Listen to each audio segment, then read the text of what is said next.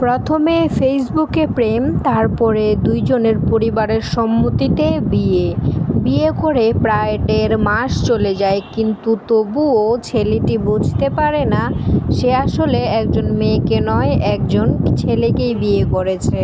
এই ১.৫ মাসের মধ্যে ছেলেটি যখন মেয়েটির কাছে যায়, তখন সেই ছেলে নামের মেয়েটি বিভিন্ন অজুহাতে তার স্বামীকে তার কাছ থেকে দূরে রাখে।